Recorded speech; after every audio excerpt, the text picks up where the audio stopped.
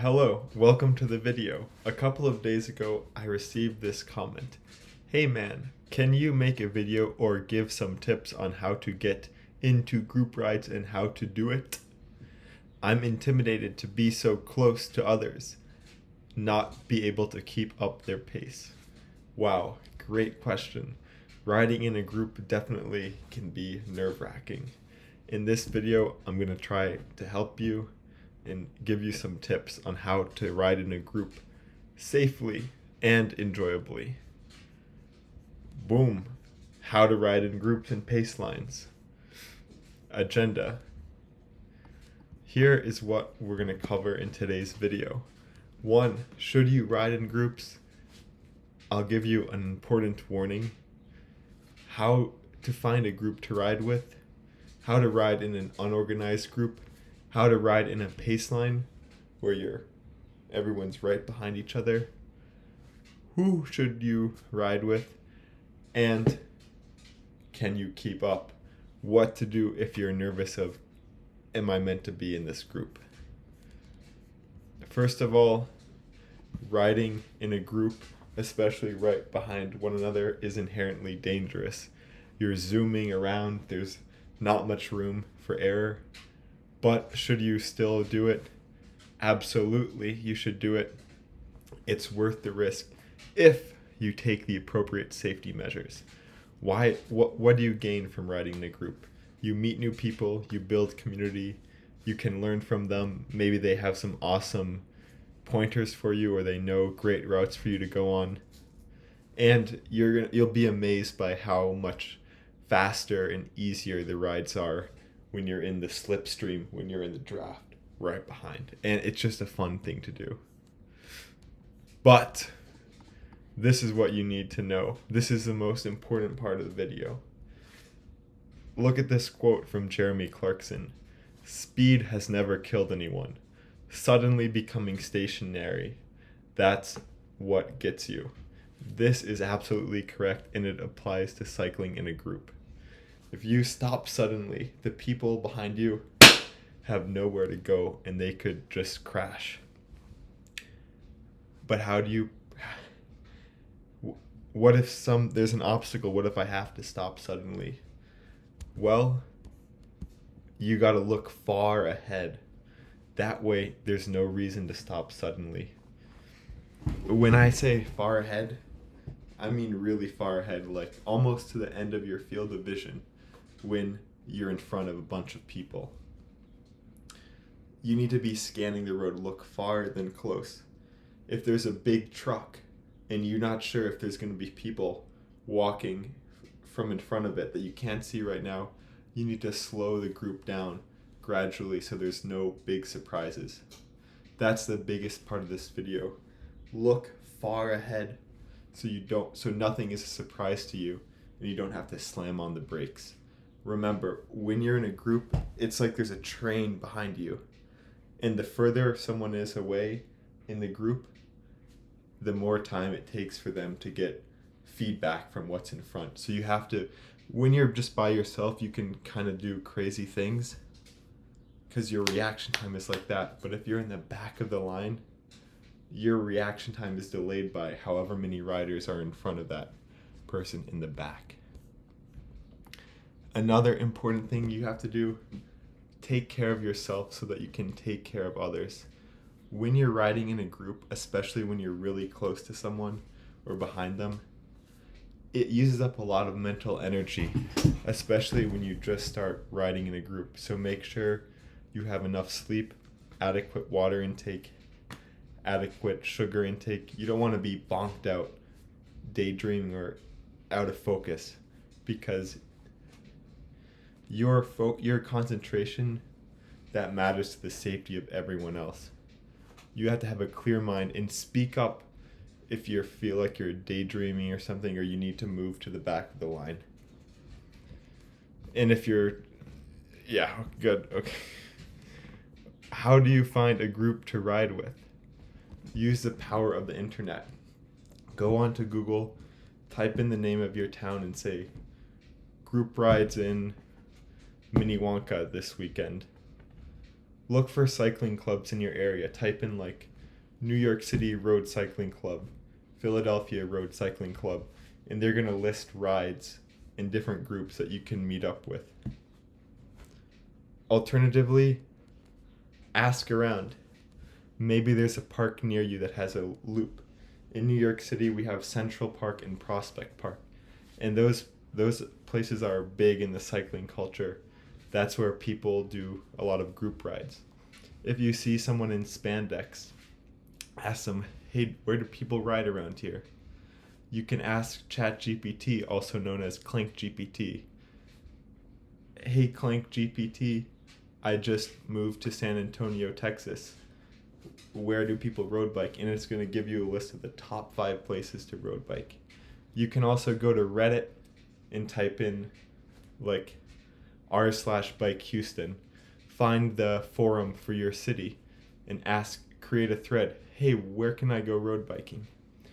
Charity rides also can give you a group riding experience, though it's often chaotic and disorganized. You also need to pay to enter these. They're fun, but if you really want to get into pacelining, it's not the best for it.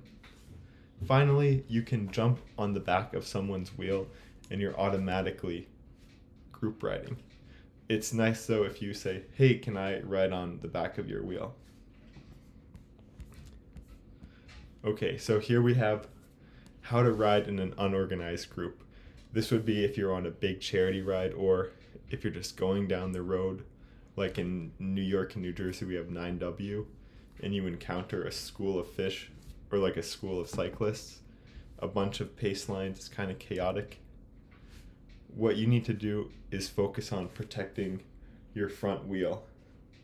Your front wheel moves like this, so if it gets hit, you can easily get knocked off of balance. And if the group seems dangerous, like there's a lot of swerving or it seems like people are trying to race against each other randomly, just let them go ahead. Find a safer group.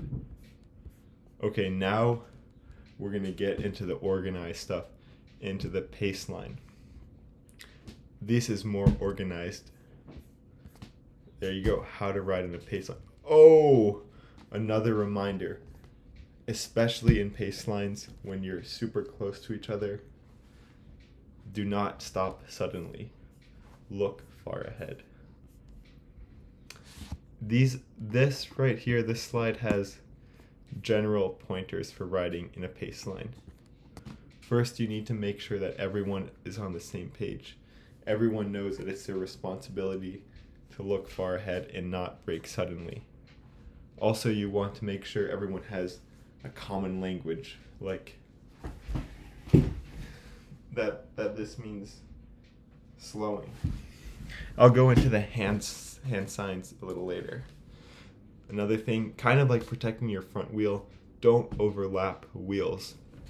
Say this is the person in front of you, their back wheel, and this is their back wheel, this is your wheel. You don't want them overlapping. Also, don't overlap wheels. Say this is the back wheel of the person in front of you, and this is your front wheel. You want to be directly behind it. You don't want it to be overlapping, because if they turn or something happens, you could collide. No overlapping. The less trust you have in someone, or maybe you don't know them, you can leave a bigger gap. And then as you get to know their reaction times, you build the trust, you can come in closer. Another thing you should do is continuously pedal.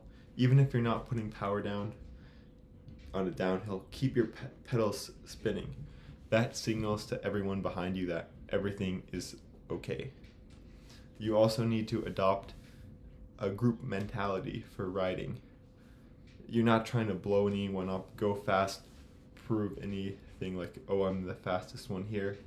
You're riding to keep the group together, to keep them safe, and so that everyone has a fun time and no one is burnt out by the end of the ride. Now I'm going to get into the specifics of what you should be doing at each position in the group, each position at the pace line. starting off when you're in the front of the group. When you're in the front of the group, you're in charge of everyone behind you. Look far ahead, choose a good line, avoiding potholes and obstacles, and you're going to do that by scanning the road. No sudden stopping. You're going to detect, oh, at this intersection is coming up. Let me slow down the group well in advance. Remembering you have a train behind you. The 7th person down the line, they're not seeing things as quickly as you are, so their reaction is delayed. And call things out with your voice and hands. Make sure it's loud and clear. In a couple more slides, we're going to go into exactly what you need to call out. Rotating. So you've been on the front and you want to get at the very back of the line and let the person just behind you take the lead. What you're going to do is, let's say you're on the bike. You're on the front. Cars are coming this way. You take a glimpse over your shoulder, see that it would be safe for you to move over. There's nothing coming up that could hit you. So you look over, it's all clear. You do this chicken wing thing with your right hand, and that signals to the person just behind you that it's their time to come up. So you do this little signal. You don't speed up, you don't slow down. You just shift yourself to the left, allowing the next person to come ahead. And the wind is going to push you back into the end of the pace line. And the last person, which will soon to be the second to last person, they should say last, and then you slide right in behind them. So now you are the last person. You are the caboose.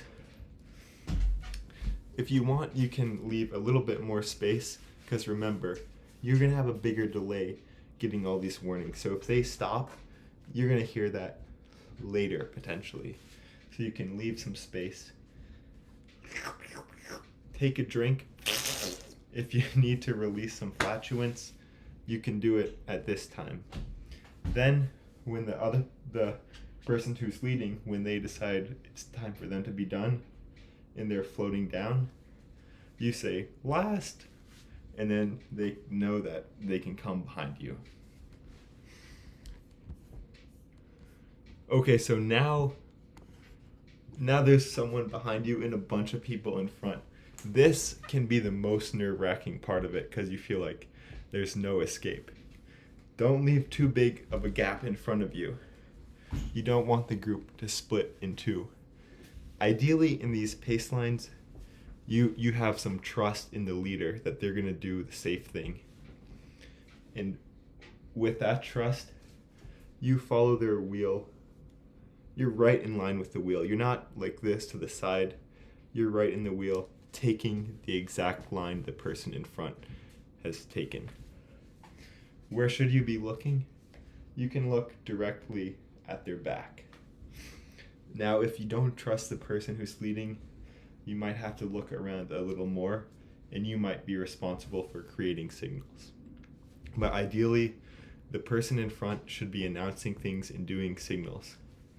Once you receive the signal, you replicate it. So down the line, for instance, if we were all stopping or slowing, we would all say, slowing. If you're right behind the leader, and your guys are all following a GPS route, it's nice if you call out the turns, because the person on the very front, their mind is already loaded, scanning the road and looking far ahead. Okay, now the person in front of you has given you the little chicken wing, and now it's time for you to take the lead, to take the headwind. You might get excited and feel like, ooh, this is my time, and speed up. Don't speed up.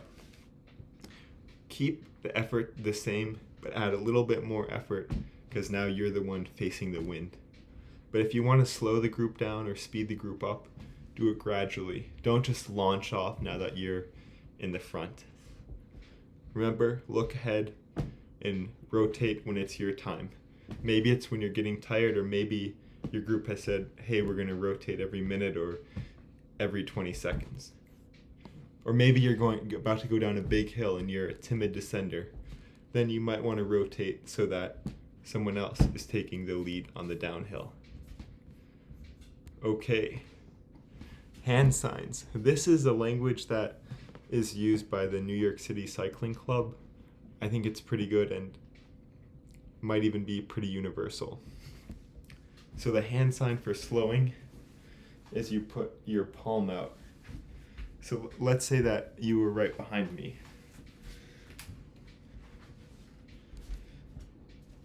It might be easier without the bike. So we're riding along, slowing. Stopping is with a fist, stopping. And everyone behind me would repeat that. If there's a pothole or a tree, you can just point the obstacle as you pass it. Pothole, tree branch. Gravel or some loose sand, we go gravel, because that could make it easier for someone to slide. Then, say we're all in a line.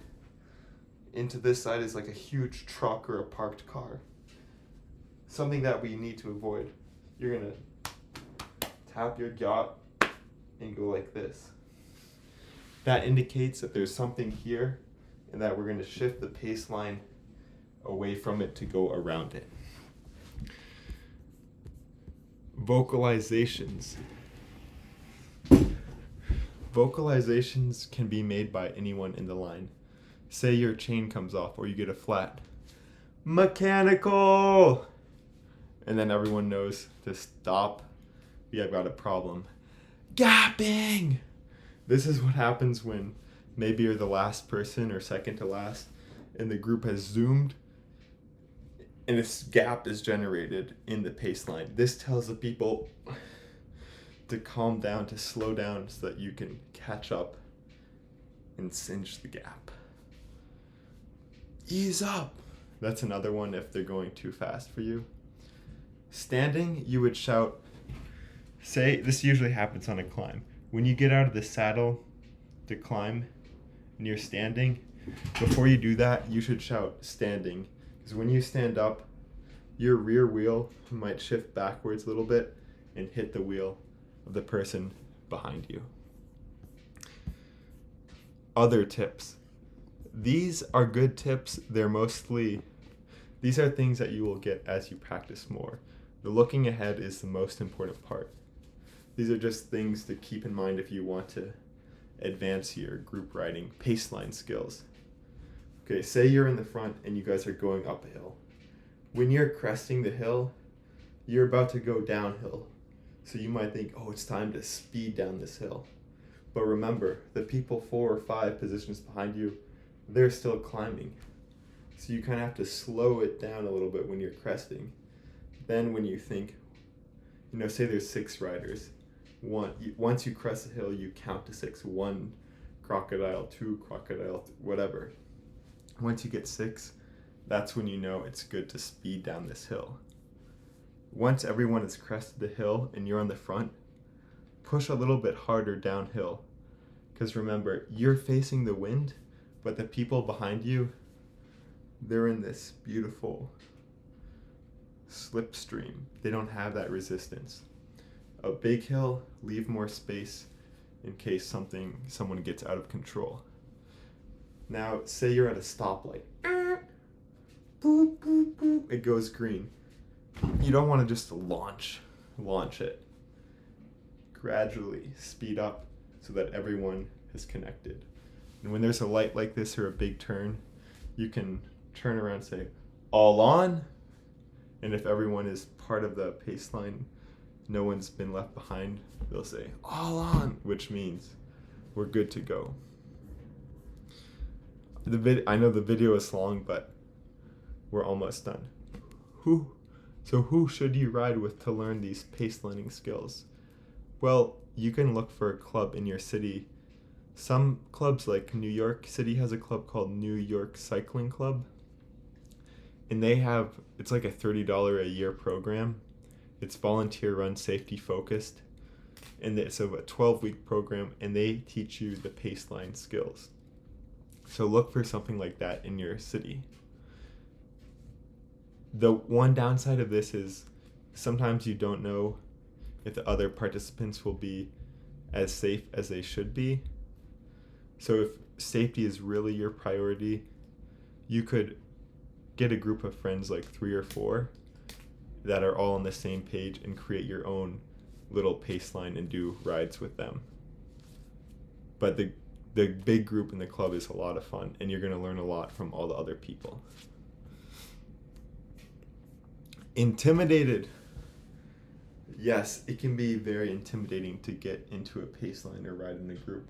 I know when I don't do it for a while and then I get back into it, I'm really on edge, especially when I'm behind someone's wheel. But if you have a good group that you trust the people in, over time your confidence is going to build. Your mind is going to get used to having that huge mental load of looking out for everyone and yourself. Now you may have seen like a paceline zoom by you and think, oh my god, there's no way I could ever keep up with them. But you might be surprised. When you're in the line, all of the wind that's blocked, you go way faster for way less effort. So don't let the high speeds that you see scare you away. And if they really are too fast, you can just drop off. Maybe another group is coming from behind if you're on a popular route, and you can just jump onto that person's wheel. And over time, you're going to find a group that you like. So group riding, when done safely, builds community. It's fun. You're going to build your self-esteem because you're going to be developing these new cycling skills. So get out there, remove the self-doubt. Yes, you can ride in a paceline. Yes, you can do it. Stay safe, and I hope that helped.